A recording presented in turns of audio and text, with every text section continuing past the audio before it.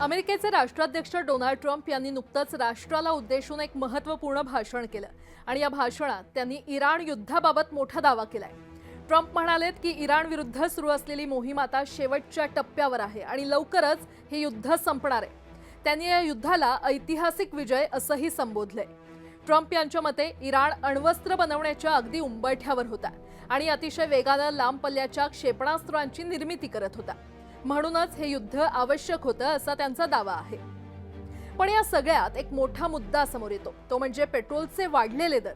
Trump यांनी थेट संकेत दिले की जगभरात वाढलेल्या पेट्रोल दरांसाठी इराण जबाबदार आहे, कारण इराणनं हॉर्मुझची सामुद्रधुनी, जी जगातील सर्वात महत्त्वाच्या तेल मार्गांपैकी एक आहे, ती बंद करण्याचा इशारा दिलाय। या मार्गातून जगातील जवळपास 20% तेल आणि गॅस वाहतूक होते।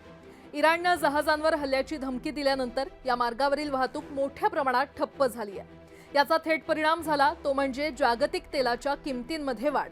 ट्रम्प भाषण करत असताना ब्रेंट क्रूडचा दर हा जवळपास $100 प्रति बॅरल होता आणि भाषण संपेपर्यंत तो वाढून $105 पर्यंत पोहोचला।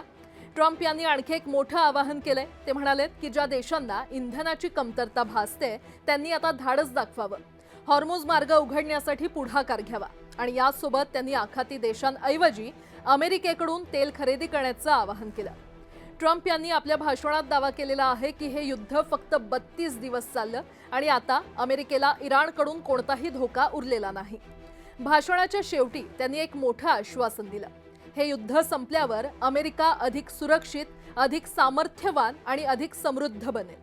पण ट्रम्प यांच्या या दाव्यानंतरही जागतिक बाजारपेठेत अजूनही अनिश्चितता आहे।